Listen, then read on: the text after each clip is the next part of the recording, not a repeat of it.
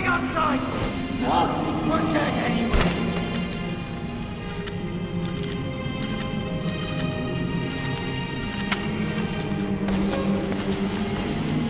Boss! Boss! Hey, let's let the boss decide. We live and die by your order, boss. Boss!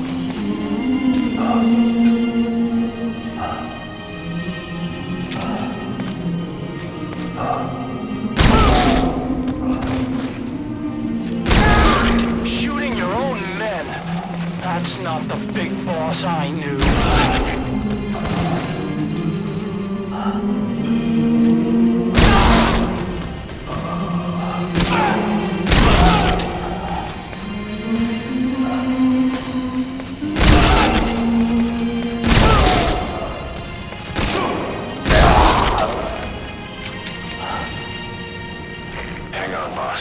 Is he wearing a mask?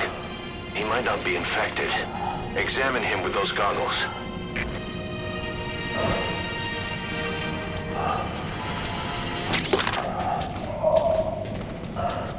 Carry the rescue team member to the exit. He's the only one not infected.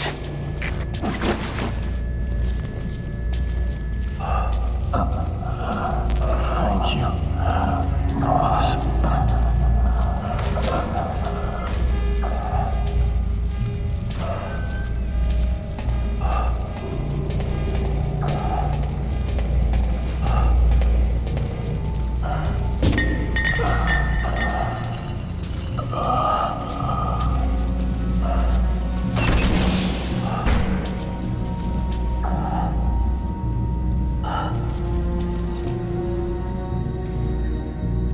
Got a survivor. Unlock the door. Wait. I don't think I made it after all. What? You just checked him. Could it have progressed this quickly? Boss, take another look at him with the goggles.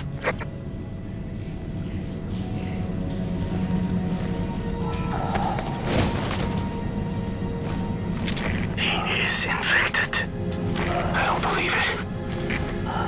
Maybe it got in through my wounds. They're waiting now. All of them. Do it.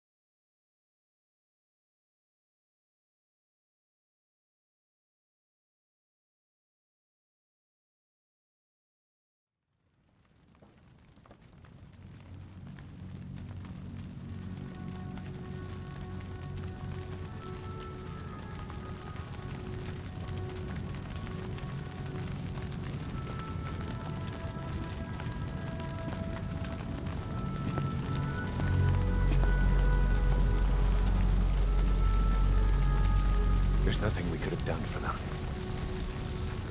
We're all grateful, boss.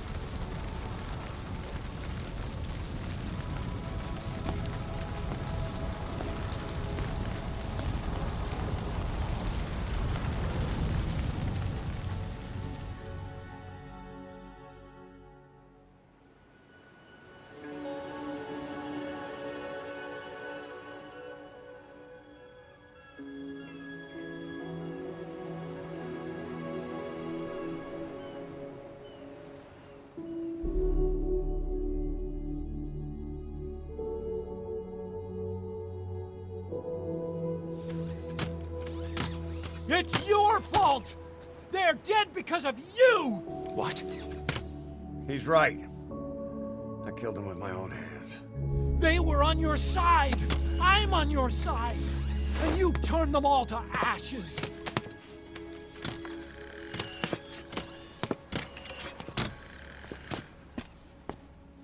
They wanted you to shoot.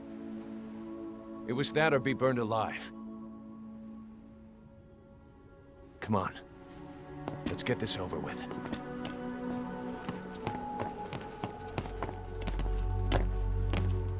Wait.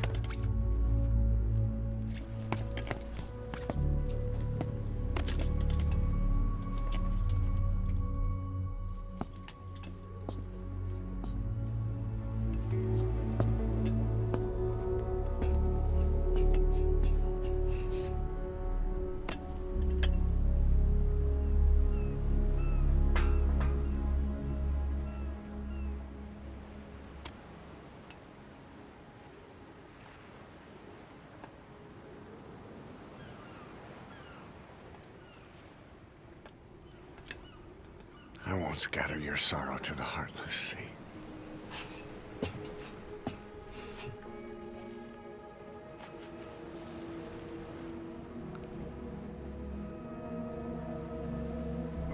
I will always be with you. Plant your roots in me.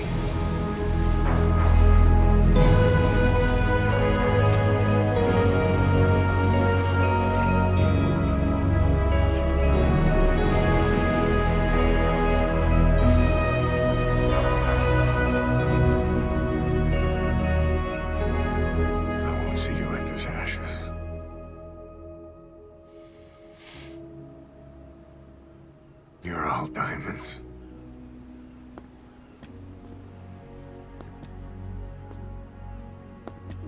We're not burying them at sea.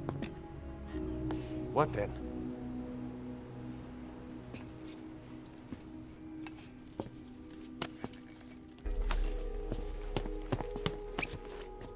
We'll make diamonds from their ashes. Take them into battle with us.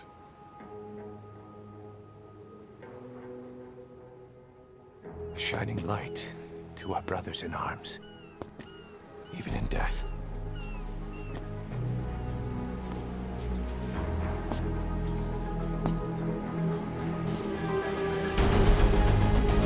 We are diamond dogs.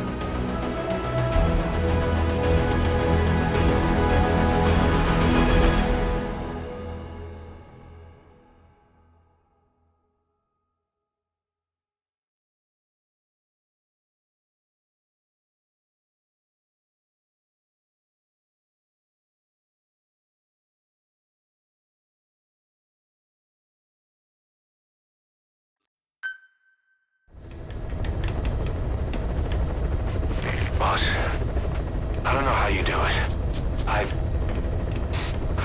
All I could do was obsess over revenge, doubting my comrades along the way. But even after all we've accomplished, the phantom pain never let up. If anything, it just got worse. But you understood that from the start, didn't you? From the moment you opened your eyes in that hospital, you knew it wouldn't go away. That you've been fighting the pain and confronting your phantoms the whole time. Knowing full well the battle would never end, not till the day you die. I respect that now, more than ever. It's an honor and a privilege, Big Boss.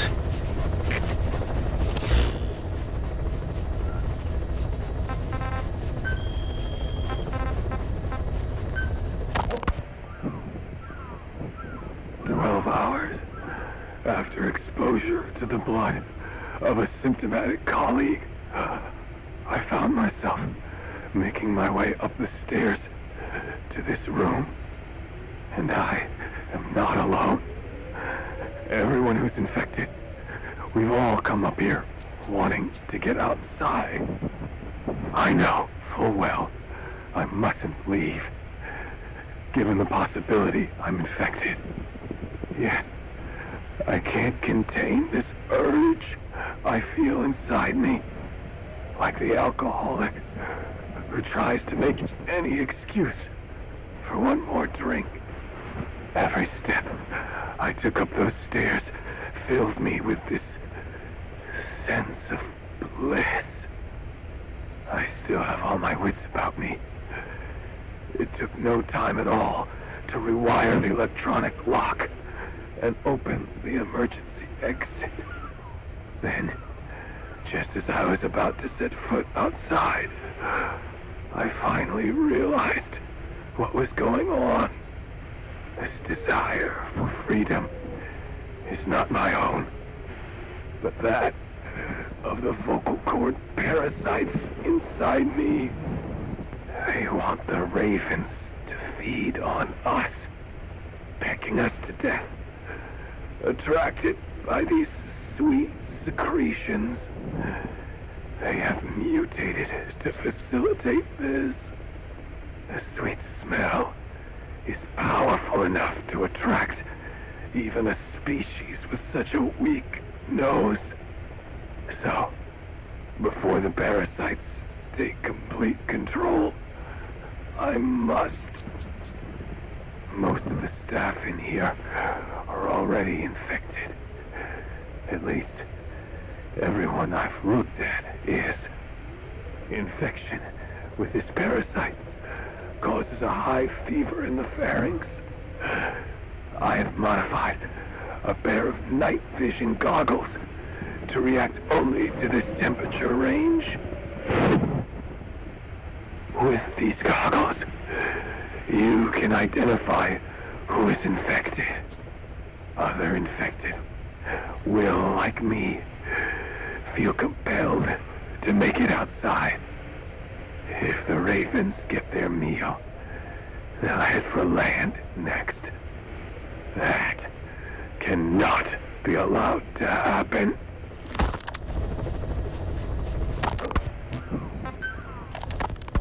The whole idea of the vocal cord parasites was that they'd only copulate once exposed to a specific language over time. But the parasites infecting our men in the laboratory laid their eggs straight away. The larvae were eating their lung tissue almost immediately. What kind of mutation was it? Those who were infected and cured still carried the vocal cord parasites in their throats. They were still there, but the males had been rendered female by the Volbachia, and copulation could not occur. So we thought, but it is the Volbachia that mutated. Not the parasites? You remember I told you the Volbachia attempts to maximize its number of female infected hosts? Yes, hence the male-to-female transformation. Precisely. But other Volbachia strains use different methods. Cytoplasmic incompatibility, killing the males, and parthenogenesis. Parthenogenesis? Aphids? Aphids use that to reproduce via females only. Very good.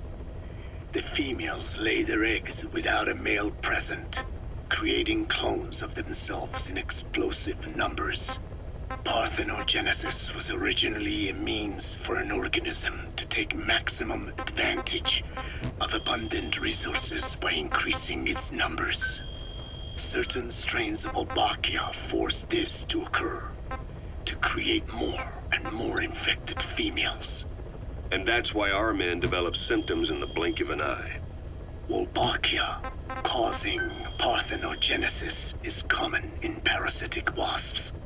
Of course, the Volbachia I introduced to you men did not have this characteristic, but I believe the mutation, whatever it was, caused it to force parthenogenesis in its host, the vocal cord parasites. The Wolbachia we used to prevent egg laying became the agent of limitless reproduction. There's something else. The symptomatic infected in the laboratory all wanted to get outside, even knowing there was napalm waiting for them out there. You said the parasites made them act that way, but parasites controlling humans. Is it possible?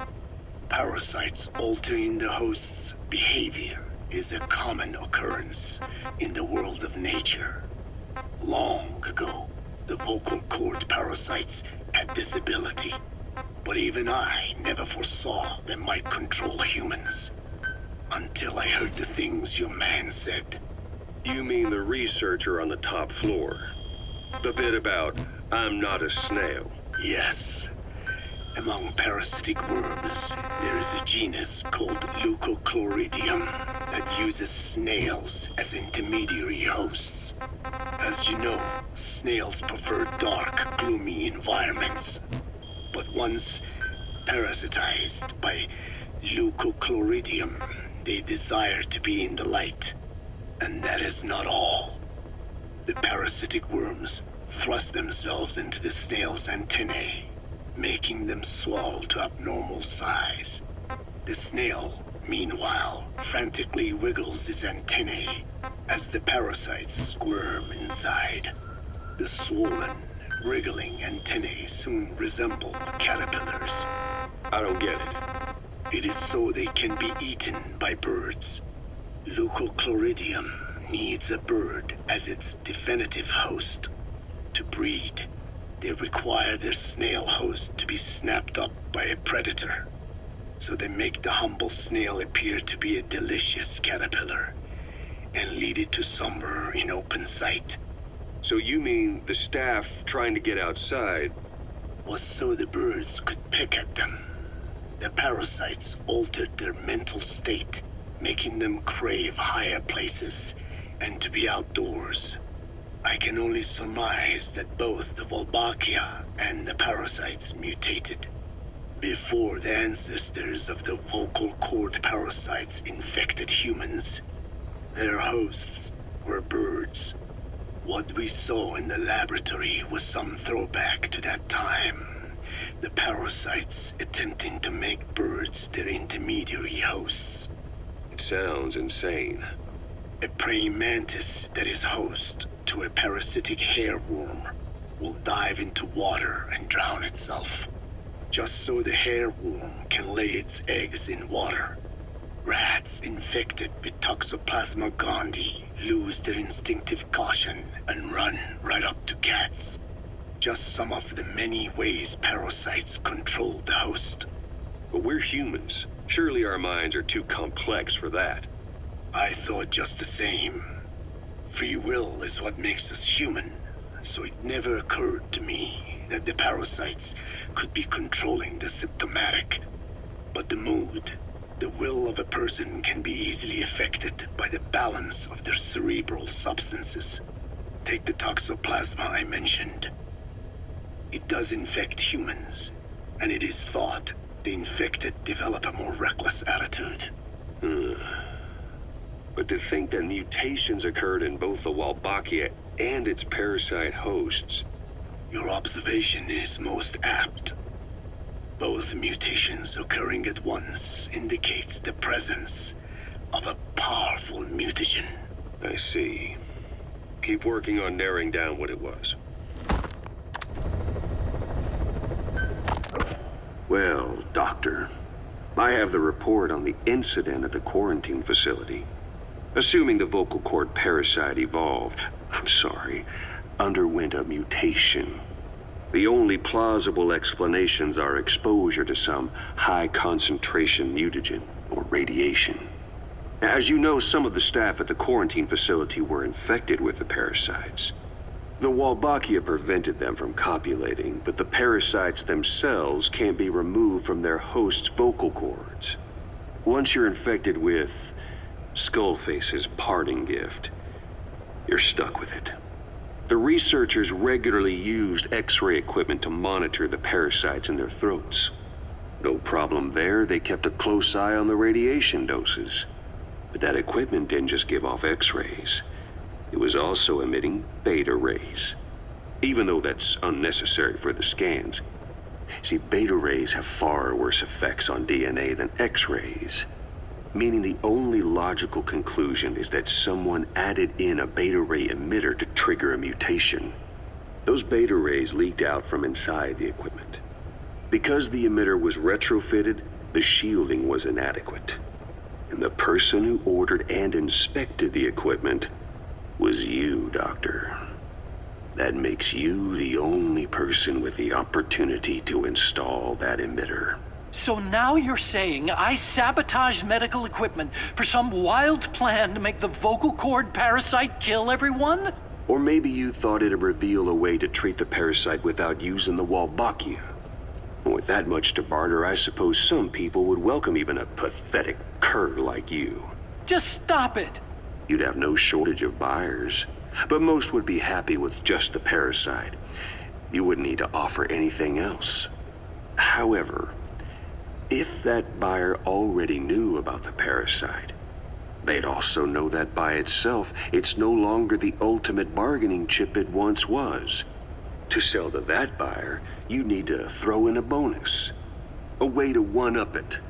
There's only one buyer who'd be after that. Emmerich, we record all communications on Mother Base. That includes radio transmissions to and from homemade devices. You've been in frequent contact with people in America. A private biotech company. A client of which is DARPA. And they are connected to Cypher. You made a deal with Cypher. You offered them a new parasite in exchange for your safety. This is the only place in the world where the vocal cord parasite still exists. And you used it as a testing ground. Tried to resurrect their bioweapon. But your plan to obtain the parasite has failed. Your bullshit ends now. And don't think you're leaving here alive.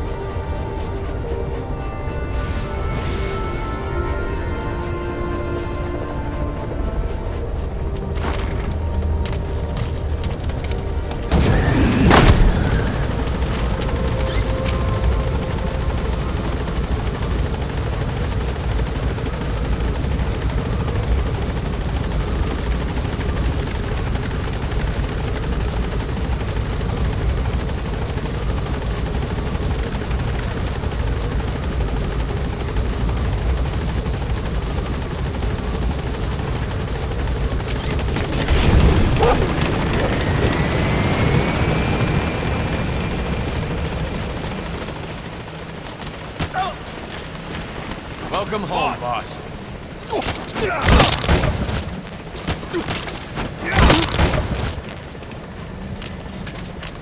Thank you. For the diamonds, boss. Our guys can rest in peace now.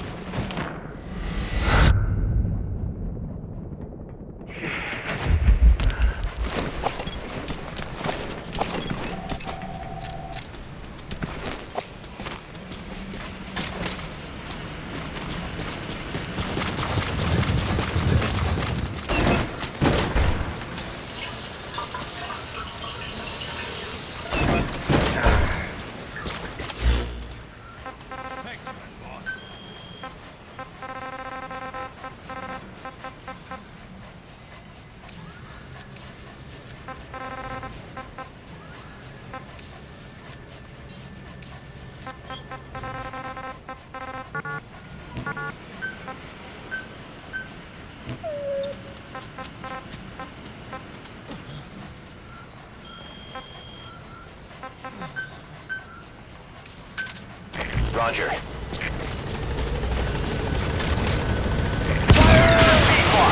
Arriving shortly at LZ.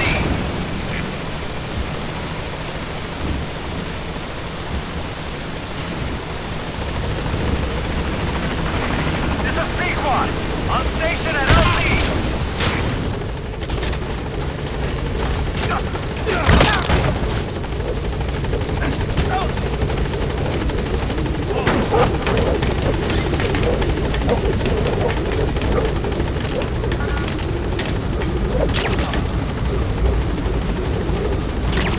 Gaining altitude.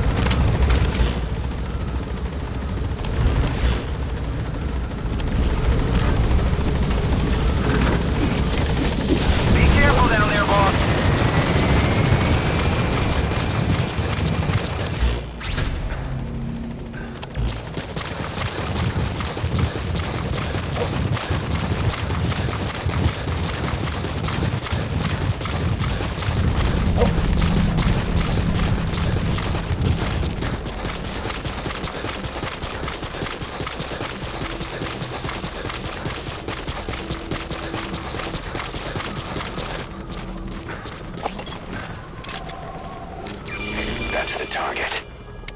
I remember him. He was off base during the attack 9 years ago. Bring him home, boss.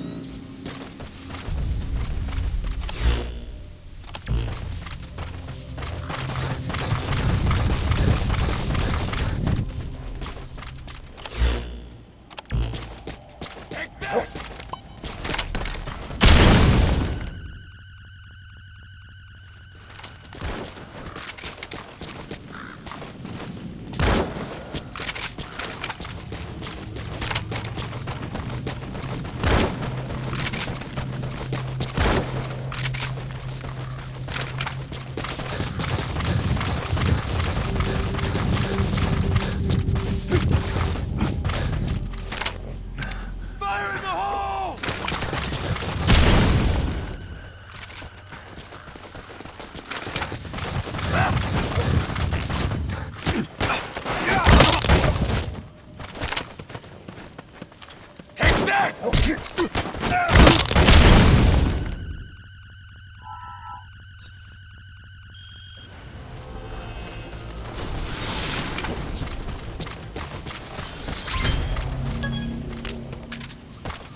Subject on board.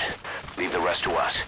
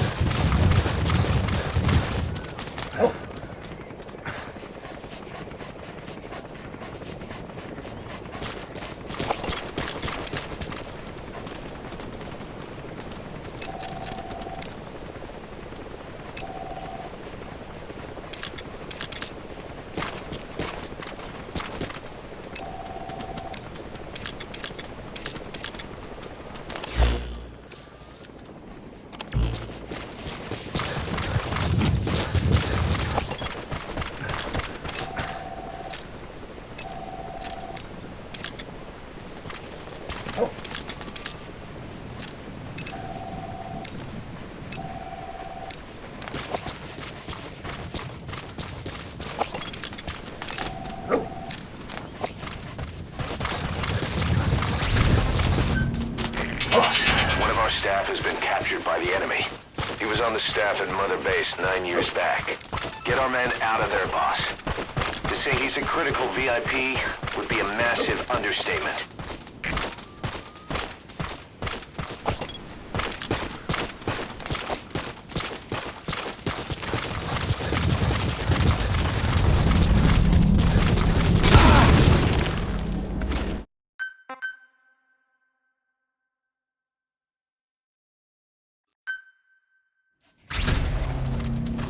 Boss, one of our staff has been captured by the enemy. He was on the staff at Mother Base 9 years back. Get our men out of there, boss. To say he's a critical VIP would be a massive understatement.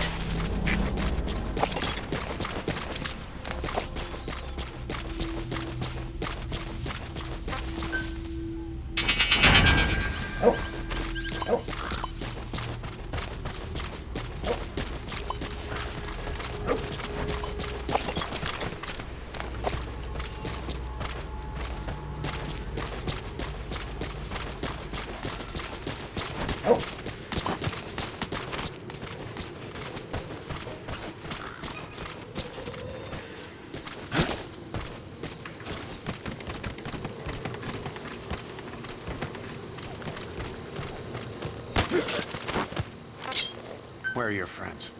Spit it out.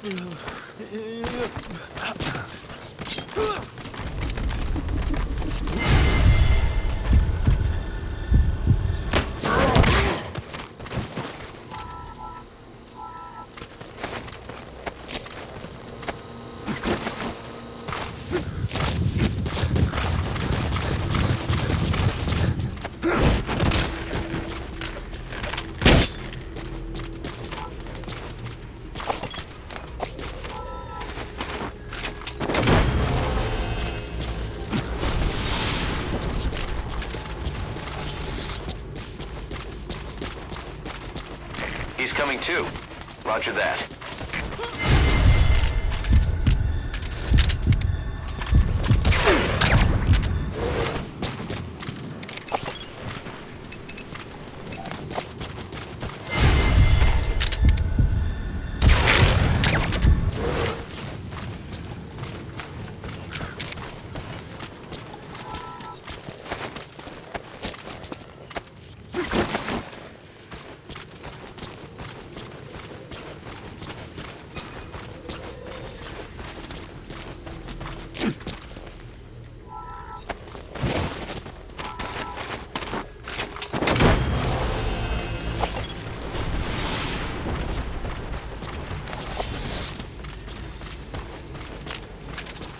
Subject on board.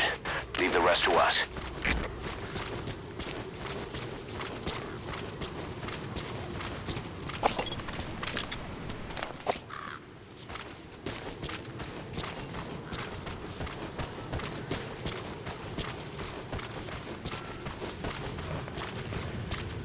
Говорит, жил на Украине?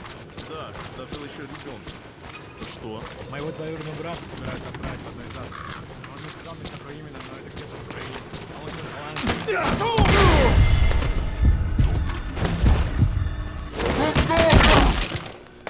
каждый день кошмар пережит город.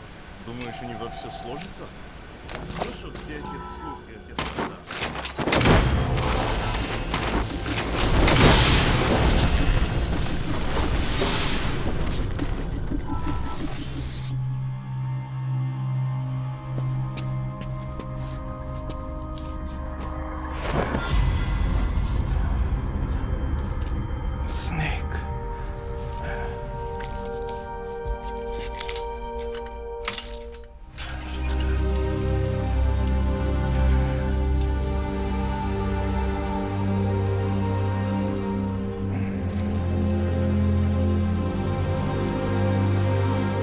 What took you so long? We'll talk, but not here.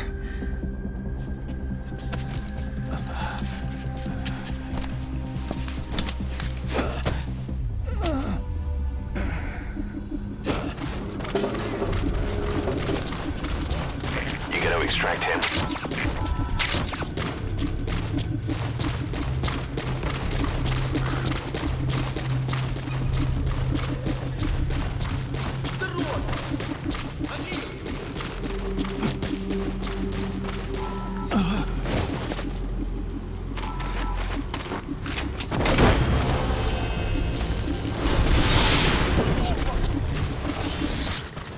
Got a minute? It's about the quarantine facility. We've more or less figured out what caused the mutation in the vocal cord parasites. It was the radiation from that scanner. And the one who installed it was Emmerich. I've added a tape recording of the interrogation. You should listen to it.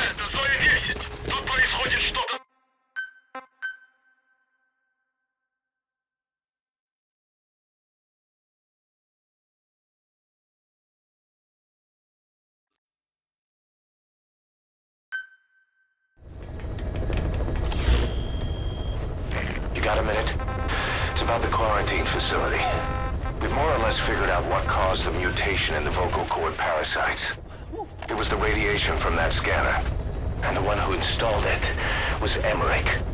I've added a tape recording of the interrogation. You should listen to it. Wait, what are you talking about? Just what do you plan to do? Present the charges against you and render an appropriate punishment. You're gonna put me on trial? Call it what you like.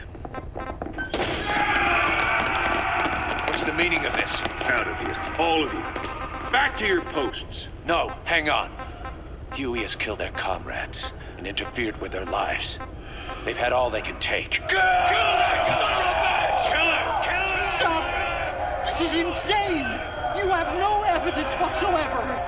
You say you're an army free from government. You talk big about being a nation unto yourselves. But from the outside, you're just thugs, rebels, a militia, terrorists, an unhinged threat to society. You're nothing but a bunch of psychopaths.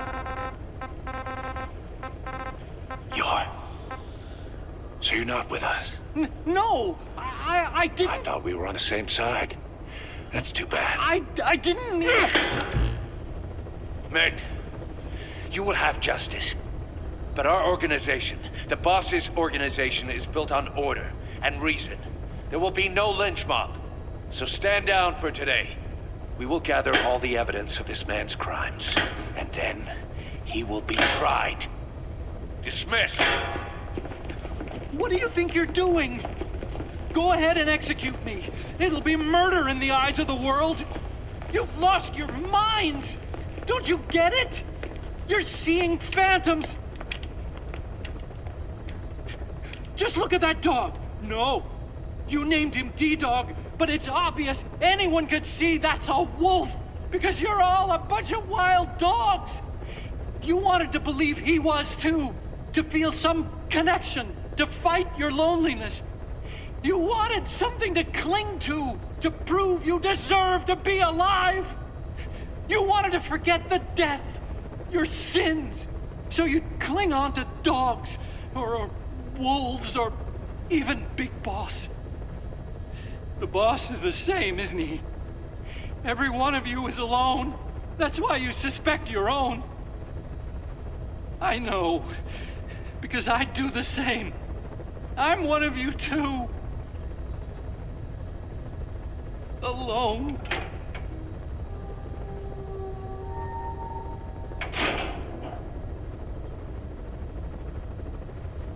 Open your eyes! What you're doing is murder! Plain and simple. All you ever create is war!